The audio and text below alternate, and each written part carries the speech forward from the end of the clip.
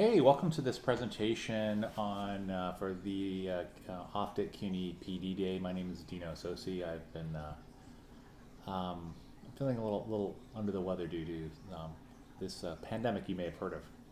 I recently got a shot and I'm not great, but I'll try to persevere. So this is a taped recording. It's going to be hopefully around 20 minutes long. I apologize in advance. Everyone likes having people there face to face. The title of this presentation is called Inheritance Problems, Considerations When Adopting a Course. This is an overall description, so if you don't like the description, you probably won't like the rest. Adopting an existing online course is a reality for many faculty members here at CUNY. This includes faculty with courses based on master course templates that you inherit. This session will present considerations to improve existing courses that you might need to adopt. Basically, ideally, this will help you kind of give more voice, a little more texture, and just maybe make your course a little bit better than it would be otherwise. The format of the PD session, basically, I'm going to focus on suggestions to improve your master course adoption, so it just makes them better, ideally. And then the context for this, I'm going to talk about my adoption of an existing social media SM class. So basically that's going to sort of help to ideally give you some ideas about what the actual presentation, what tips actually look like in a real class. My suggestions kind of are temporally sort of split. One is before the class begins, and later it's after the class begins. So because ideally you're doing a lot of preparation work to adopt your courses. But then also sometimes I find I tweak my courses as I go along to help, again, make them a little bit more responsive to the clientele I'm working with, which are CUNY students. And so based on that, I'm also going to have the suggestions kind of split along two major points: the original course that was there before the adoption, and then the updated course. So it's kind of like, again, temporally it's sort of split, and as well it's kind of giving examples to show how the course was before I adopted it and then afterwards. Okay, so again, like I said before, I'm going to list a number of, ideally they're considered improvements for adopting a social media class. And these ones, in this kind of colored, sort of dark red, cherry colored PowerPoint slides, they're before the class begins. So these are things you can do before, after you've received access to Blackboard, but before the actual class launches. Something I really found really useful for me is to learn from both the past failures and the successes of the course. It's like almost like I'm doing a course ethnography over time. So what I really enjoy doing is going to the old questions about the course. That's almost always in these courses and in the discussion boards, and I try to read through the old comments. So when you originally get your original course, it's just a version of a course from Blackboard. So there's just like, basically you're taking the old one and just sort of updating the dates and stuff. My updated course, based on the past failures and successes, I use whatever course questions that have been posed for insight, and I try to incorporate these insights into prompts. For example, probably the most general one is students don't understand something, and then the professor is saying, "Oh, this is me re-explaining your questions." By seeing those beforehand, it's like these issues have been problematic in the past. Why not address them sort of proactively? So again, look at the old questions about the course. Another improvement is to address the diverse course needs of your students. This is kind of taken more from like user UX profiles, like when people do user experiences. You often divide the people who are going to use an app into profiles. And so I kind of sort of taken and adopted that idea into courses. And basically what I would do is categorize students along various group characteristics. So originally when you get a course, often they're sort of tended to where it's like, you have the course and it's applicable to a huge, large class. There's no differentiation at all, knowingly, between different cohorts that are available in the class. What I try to do in the updated course is to group my students, and in the example is in the social media class, into two major groups. One is kind of like the older students who are already professionally occupied, like they have jobs, they're a little bit older. And so what I find normally appeals to them is sort of a more traditional class that's more theory-based. And then, and again, in terms of social media, I try to appeal to younger, more hip students. And so I try to add some technology-infused classes and add practical assignments. So by trying to do both of those things, keeping those in mind whenever I'm making a decision in the course, if I can kind of keep those two divergent cohorts in mind and appeal to both of them through things, it kind of makes it better. So it's instead of just appealing to older professional students or younger, hipper students, by trying to come up with ideas, prompts, assignments that deal with both, I find it makes it a bit more textured. And for this, based on this, if you have the mental ability, if you have course demographics, these are just something I did in this class, in social media class, because it seemed to make sense given the subject matter. Please feel free to do this for other types of, like if you have other characteristics, demographics that you can break your class into, I'd highly suggest to do even more. This is from the great Gloria Ladson Billings. I have a background more in education. That's my sort of most formal recent learning background. It's to create culturally relevant pedagogy. So it's kind of creating pedagogy and teaching that resides within a student's cultural background. And so what I found for this course that I've done, which I think has been more effective, is to add student culture and choice to DBs, right? That's a typo. And so originally in the course, the original course talked about gaming. So it's like, it talks about Pokemon Go and augmented reality games, and it's a prompt about that. However, as you might know, like traditionally in gaming, for example, it's been more of a kind of a game. The gamers have been more male dominated, a little bit younger. So given that I have kind of, again, thinking about the diversity of the class, I've updated it. And so not only is there a prompt for, there's actually more prompt for gaming, but there's also one for cancel culture. And what I found for this, it seems like the gaming is slightly more skewed towards the younger students. The cancel culture is a little bit more towards older students. And adding this so far this week, it's actually live this week, I found that there's been more of the adoption of the cancel culture prompts. So adding multiple prompts, it helps to kind of give, again, more choice to students. It helps to reflect whatever culturally is involved in their lives. Something I really try to do if I have the opportunity is to broaden the assignments to meet increasing diverse student needs. What I try to do for that is try to provide multiple assignments if I can. I know, again, depending on your time, you might not be able to do this, but this is an ideal situation. In the original course, the final culminating activity was one social media final project. It was a social media e-portfolio. So which is, like, I know many of you use e-portfolios, and there's nothing absolutely wrong with them, nothing at all. They're great to use. However, it's based on, the prompt for it is to have students find an independent, indie kind of person or company online and then make a portfolio based on like their social media presence. However, what I've done in the updated version is not only provide the social media e-portfolio, but also have a formal essay. And something I've gotten feedback from the students as the course has gone on is that older students are like, I'm not really super hip in terms of knowing about indie, bands or indie celebrities that are just emerging online. And so they're finding the social media essay a bit more comfortable. So again, it's like those demographics don't necessarily always resolve themselves the same way. So sometimes there's older students who want to do the portfolio and there's younger students who want to do the essay, but again, it gives them a bit more choice. And obviously for this, I feel very comfortable providing a traditional essay as a final project because we're an academic institution. This is, I would highly suggest decluttering the syllabus and prompts with a can-do or a condo attitude. I apologize about that. I'm trying to keep myself culturally relevant. That is having students be able to work on their, having students be able to see a syllabus and prompts that are a little bit simpler to understand. I try to tighten the prompts and tighten the syllabus.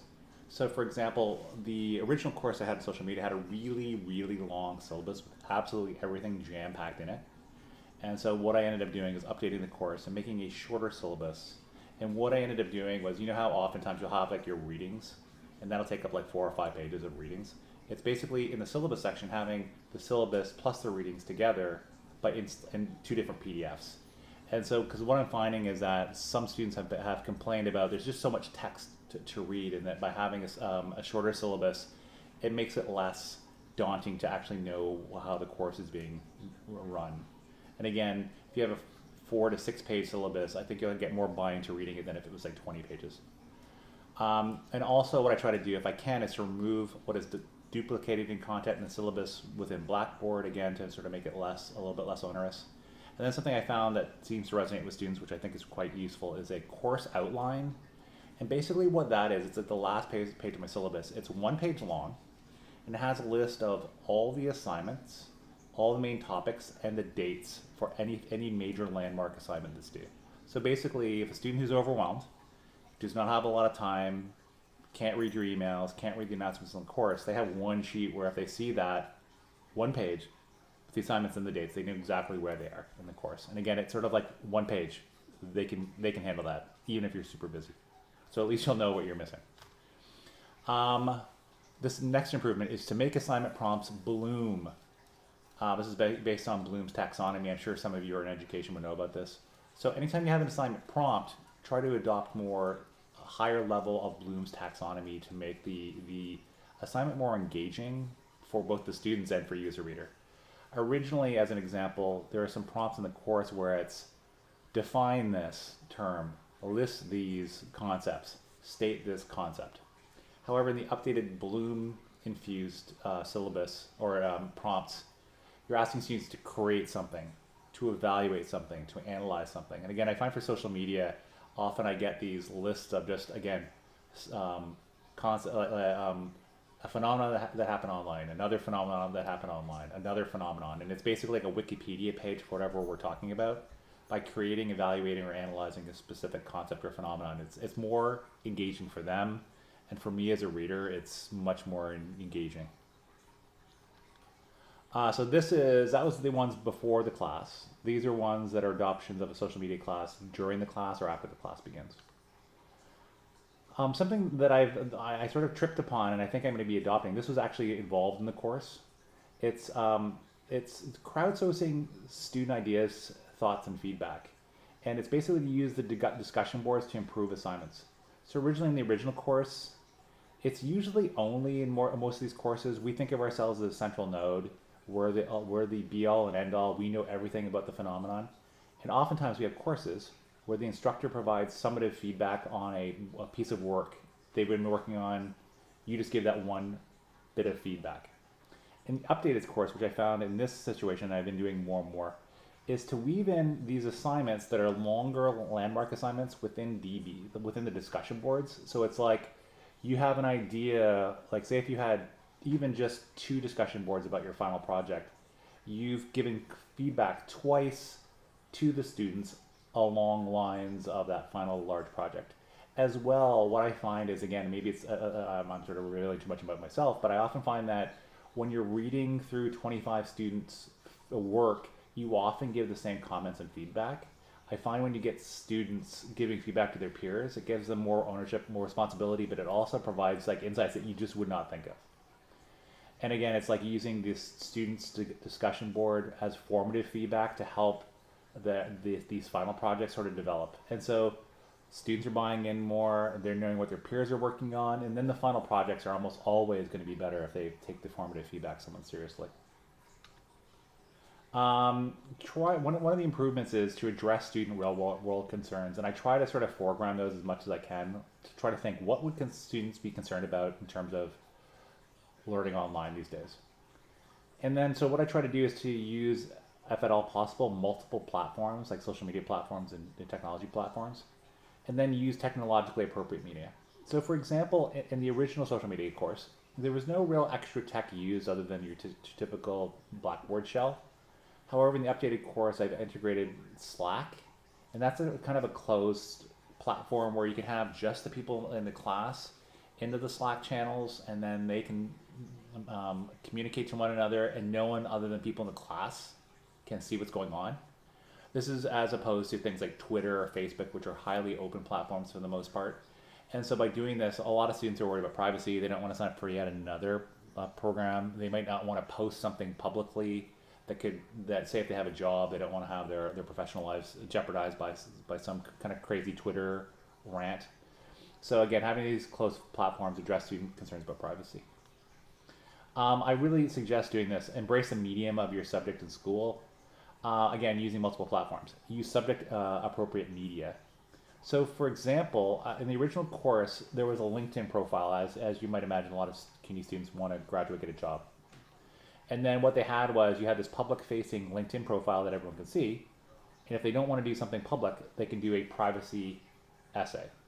And then what I updated was to have your publicly facing LinkedIn page, but then also I allowed people to do their own LinkedIn page but offline. So basically they would sort of mimic what was the content of a LinkedIn profile and put it on a Microsoft Word document.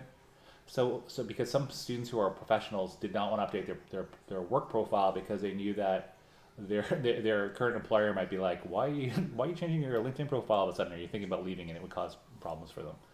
So by doing this offline example where it's private, they can ideally think about the LinkedIn profile, incrementally change their LinkedIn profile over time. So if they can actually use this assignment to work on their careers and do it in a way that's not going to ruin or compromise their work. Another movement is to solicit formative student feedback. In terms of midterm evaluations, try to collect and use student feedback and concerns if you can. Originally in the course, there are no evaluations. This updated course, I'm using Google Forms to create course questions. This way, instead of finding out after the fact, summatively, that students had a problem with X, Y, or Z in your course, finding it out halfway through the course will help you make your course a little bit better, a little bit more responsive as opposed to waiting for the end of the class when it's a little bit too late. So here's the final takeaways, and I'm going to finish this off really fast. I'll give you a couple minutes for an activity if you'd like to do them. Final takeaways. Please embrace the diversity of your class and your students with culturally relevant pedagogy. Within that, try to create and appeal to 2 or more contrasting student profiles. And again, for my purposes, it was older students who are professional, maybe less into the hipness of technology and social media, and kind of having assignments that are more for younger, hipper, cooler students, and having both of those contrasting demographics in my mind when I create assignments and things. Identify and remedy questions about the course, any issues that have happened in the past. Why not deal with them before your class starts, as opposed to waiting to have these problems happen yet again? Try to declutter and simplify older courses. Make your syllabi a little bit more narrow and focused. Potentially take the readings out and have 2 PDFs, one just your syllabus, one just your reading. So instead of having a 15, 20 page syllabus, it's like a 4 to 6 page syllabus and 10 pages of readings. Also make your prompts as simple as possible so they're very clear and narrow. Incorporate Bloom's taxonomy to make your prompts better for your discussion boards and anything else like your final major assignments. Try to provide multiple assignments like prompts and choices. The more of those, it'll appeal to a broader array of students. And then finally, I don't talk about this, but really this is really, I think, important in an online environment. Try to be as humane and empathetic as possible, especially during COVID. I find I've come to terms with sometimes I'm not my best self, always, but especially during COVID. And so because of that, I find just foregrounding humanity and empathy in all of my choices. The students really seem to, they really appreciate, I'm a flawed human being who creates flawed courses. If I try my best to sort of address their concerns, even failingly, they appreciate the effort. If you have any questions for me, please send me an email at dino.sossi@sps.cuny.edu, dino.sossi@sps.cuny.edu. Here's some, if you want to do some breakout rooms, it would be 2 to 3 person breakout rooms. You'd have about 2 to 3 minutes apiece. And their prompt would be, what have you done to improve an existing class? And you can either share these through the chat on Zoom or add 1 to 2 responses in the Zoom chat. Thanks so much. Take care.